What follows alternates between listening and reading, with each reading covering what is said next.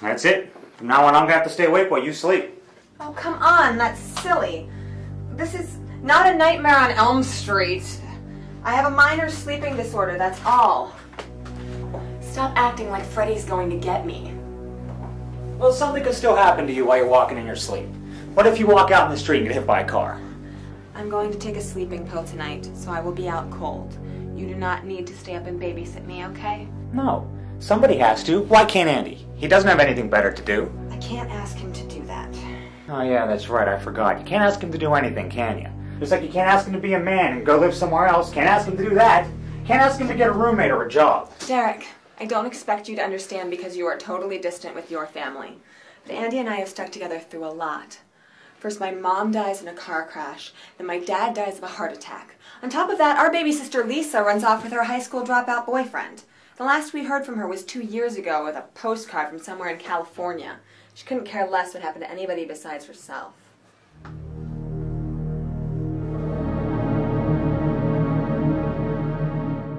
Derek, don't walk away from me while I'm talking to you. Don't tell me what to do.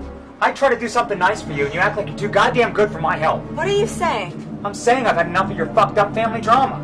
I guess my needs aren't as important. I don't matter to you as much as your pansy little brother. Stop making me have to choose between you and my family. Well, that's just it, Megan. Eventually you're gonna have to. Either he goes or I go.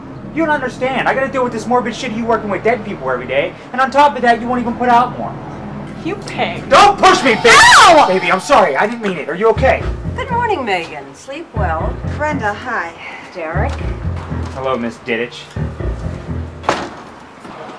Megan, I found the keys to the funeral home under the door. That's odd. Don must have slipped them under.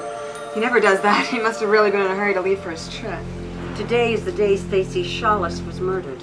It happened 6 years ago. Brenda, I know there's been a lot of talk about what really happened, but Stacy was not murdered. Megan, your father is the one who found the body. He protected you kids from the truth. Even though Stacy was doing drugs the night she died, and a lethal dose of heroin was found in her blood when they did the autopsy. I don't think it was an accident. A student let Stacy and some friends into the funeral home late one night. They just had a party that got way out of hand. Obviously, the girl wasn't exactly keeping the right company. The kids got so high that they couldn't even remember when Stacy disappeared the night of the party. They all left, not knowing where she had gone and hadn't even bothered to look for her. What's this? Where did that come from? I don't know. That's a picture of Dan Schneider. Who's Dan Schneider? He was the embalmer here before he was let go right after Stacy's death. He left 2 years before your father died. My father fired him? Oh, I'm not surprised your father never mentioned it. Dan was rather reserved and, shall we say, an eccentric loner. There were rumors that he was doing, well, that he was doing inappropriate things to the women's bodies. Sounds like he was one sick bastard. Yes, Derek. There's a lot of sick and dangerous people in this world. That's why you have to be careful, Megan. Always be aware of what you're doing and how you're presenting yourself. You don't want people to think you're a whore like Stacy was. Brenda, what do you mean? I just don't want anything to happen to you or your brother.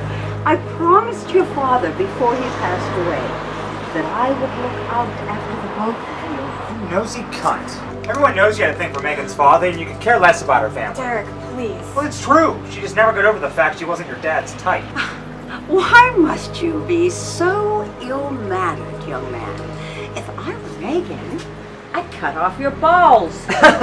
Shut up, cake boy. I just don't want anyone to get the wrong impression of you. And that's what might happen if they see or hear you when you least expect it. Brenda, Andy and I need to get to school, and Derek was just leaving for work. Thanks for your concern. Yeah, thanks for nothing. Lady, you need to find something better to do with your time than to spread lies about people and tell them how to live their lives. I will talk to you later, Megan. You and Andy take care of yourselves.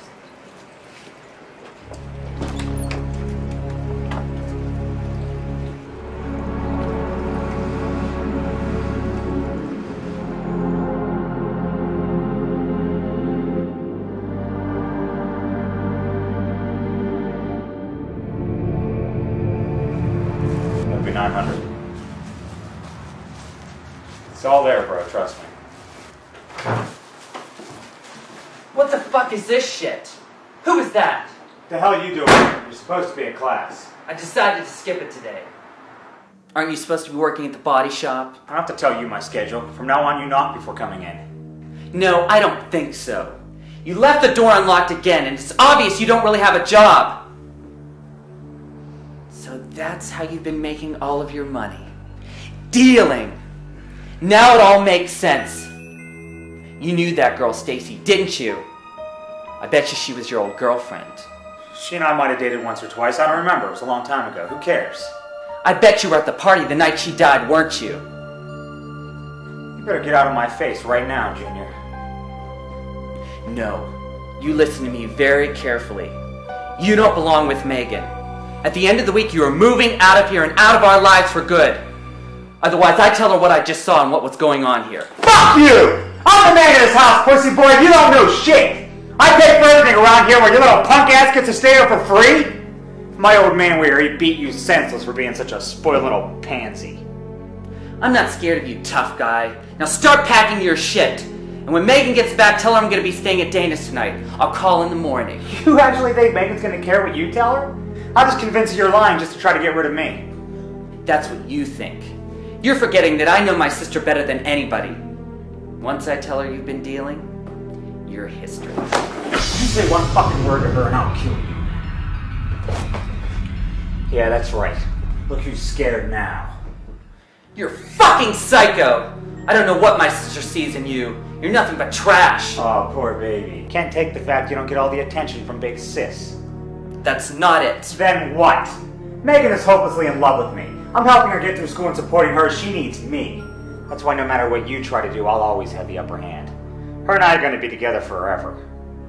Over my dead body. Gladly.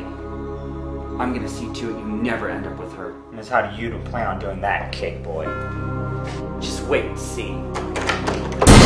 Oh, Miss Diddich! I'm sorry. Did I catch you boys at a bad time? No, not at all. I was just leaving. Well, I just heard some arguing and I wanted to ask you, please, to keep it down. You see, my kitty isn't feeling good today. Are you, sweetheart? Excuse me, Miss Diddich. Do you mind? Get a life, Jesus.